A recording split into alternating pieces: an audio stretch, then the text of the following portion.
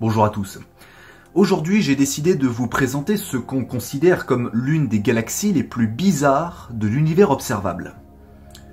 Oui, voilà, c'est exactement ce qui a marqué dans le titre de la vidéo. Je pense que c'est l'une des introductions les plus factuelles que j'ai pu faire de ma chaîne.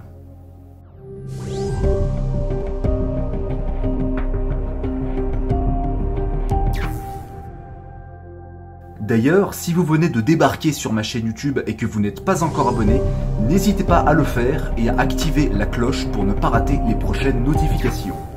Sur ma chaîne, je vous ai présenté un paquet de galaxies bien étranges, comme Andromède, qui va bientôt interagir avec la Voie lactée dans quelques milliards d'années, ou IC 1101, la plus grosse galaxie jamais observée dans le cosmos. On pourrait se dire qu'après ça, il n'y a plus grand chose à vous proposer, à part simplement vous montrer une par une ces structures cosmiques et vous dire qu'elles sont cool. Il n'y a pas spécialement grand chose à dire quand on observe une galaxie, à part vous expliquer comment elles se sont formées, chose que j'avais déjà fait dans un épisode, aujourd'hui supprimé. On pourrait rester pendant des heures derrière son écran à admirer les photos prises par le télescope spatial Hubble, et rêver de ces endroits totalement inaccessibles pour l'homme. Et quand on observe une galaxie bizarre, on peut, plus ou moins, expliquer l'origine de son étrangeté. J'avais déjà abordé le cas des galaxies dites en interaction. Ce phénomène se produit lorsque deux galaxies s'additionnent pour former une seule grosse galaxie, plus massive, plus dense et plus lumineuse. Notez bien que j'ai dit interaction et pas collision, c'est quelque chose de complètement différent. Quoi qu'il arrive, ce phénomène est lent. Les galaxies mettent des dizaines de millions d'années à interagir entre elles. Il est donc facile de trouver des paires de galaxies et les prendre en photo. Et c'est personnellement mon type de galaxie préférée, celle que j'aime le plus observer. On en a aussi qui sont un peu moches, comme les elliptiques. Vous savez, ce sont ces gros amas d'étoiles de lumière blanchâtre sans réelle structure particulière.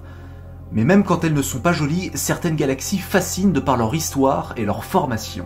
C'est le cas de GN11, un tas d'étoiles un peu moche, mais à raison. Ce n'est pas tant l'agglomérat en lui-même que la photo qui est moche. Et pour cause, il s'agit là de la plus lointaine des galaxies de tout l'univers observable. Et forcément, vu qu'elle est loin, les images ne sont pas aussi nettes qu'une galaxie proche, comme celle d'Andromède par exemple. Elle se trouve à 13,4 milliards d'années-lumière de la Terre. En tout cas, c'est l'image que l'on reçoit d'elle. Mais avec l'expansion de l'univers, il est fort probable que cette galaxie soit encore plus loin que ça, au-delà de l'univers observable, selon notre propre référentiel. Donc, même quand on a des trucs moches, on peut les expliquer, et quelque part, ils en deviennent beaux. Et ça, c'était la phrase philosophique du jour. Mais vu le nombre astronomique de galaxies dans l'univers, on devrait logiquement en trouver une dont on n'arrive pas à expliquer l'origine. Oui. C'est logique, sinon il n'y aurait pas vraiment de vidéo. En 1950, l'astronome américain Arthur Alan Arthur observe... Non, pas lui, l'autre, voilà, merci. Arthur observe un objet particulièrement étrange dans le ciel profond, que voici. Au début, il ne sait pas si c'est une nébuleuse ou une galaxie. Mais il a tôt fait de découvrir qu'il s'agit là d'une galaxie très particulière. C'est même l'un des objets célestes les plus étranges que l'on ait trouvé jusqu'à maintenant. Un anneau quasiment parfait avec au centre un amas d'étoiles jaunes et vieilles. On a donc surnommé cette étrange structure céleste PGC 54559. Le summum de la poésie. Mais une si jolie galaxie devrait avoir un surnom, logiquement, du genre l'anneau cosmique, un truc comme ça, non ? Ouais. Comment il s'appelle ? D'accord, ok, donc l'objet de... Comment on le prononce ça ? Je veux dire, on peut pas...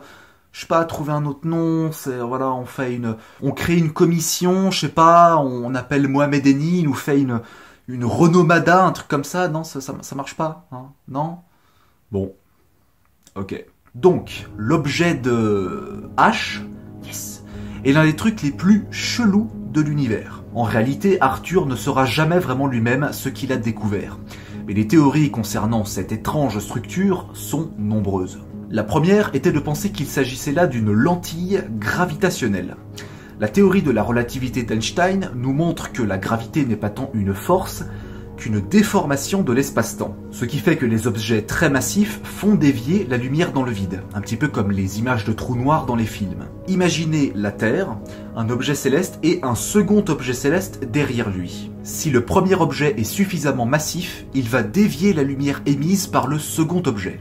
On a répertorié moult cas de lentilles gravitationnelles dans le cosmos, généralement des galaxies qui sont déformées par une autre galaxie plus proche, ce qui donne ce résultat assez cool. On pourrait donc se dire que l'objet de H est issu d'une déformation similaire, avec l'amas au centre qui dévie la lumière d'une galaxie lointaine en lui donnant cette forme d'anneau. Sauf qu'on s'est vite rendu compte que non.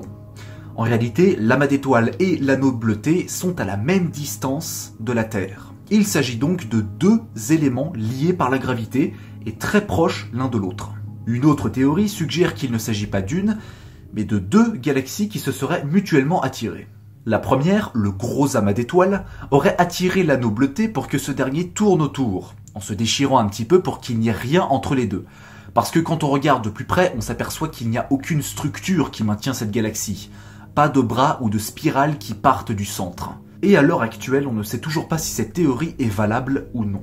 L'objet de H a donc été placé dans la catégorie des galaxies dites à anneaux.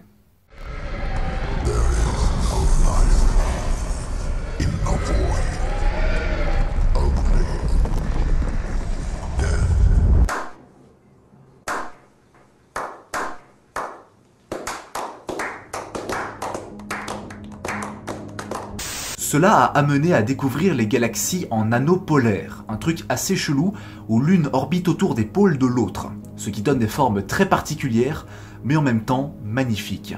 Nous avons donc là l'une des galaxies les plus bizarres du cosmos, et à l'heure actuelle on ne sait toujours pas réellement comment elle s'est formée. Le plus étonnant, c'est que lorsque l'on regarde les images, on s'aperçoit qu'une autre galaxie du même type se situe loin derrière l'objet de H. Je ne sais pas vous, mais moi je considère que c'est beaucoup trop parfait pour que ce soit une simple coïncidence. Tout n'est que conspiration. Va-t-on pouvoir percer un jour le mystère de cette galaxie? Oui, probablement. Pourra-t-on s'y rendre directement pour y voir de plus près? Absolument pas. L'objet de H se situe à 600 millions d'années-lumière de la Terre.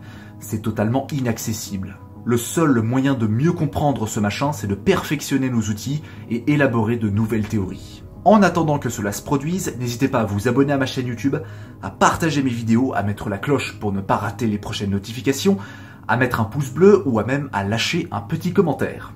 Quant à moi, je vous donne rendez-vous très bientôt pour de nouvelles aventures cosmiques. Et d'ici là, n'oubliez pas que le plus beau dans l'astronomie, c'est avant tout le silence éternel de ces espaces infinis. Allez, à la prochaine!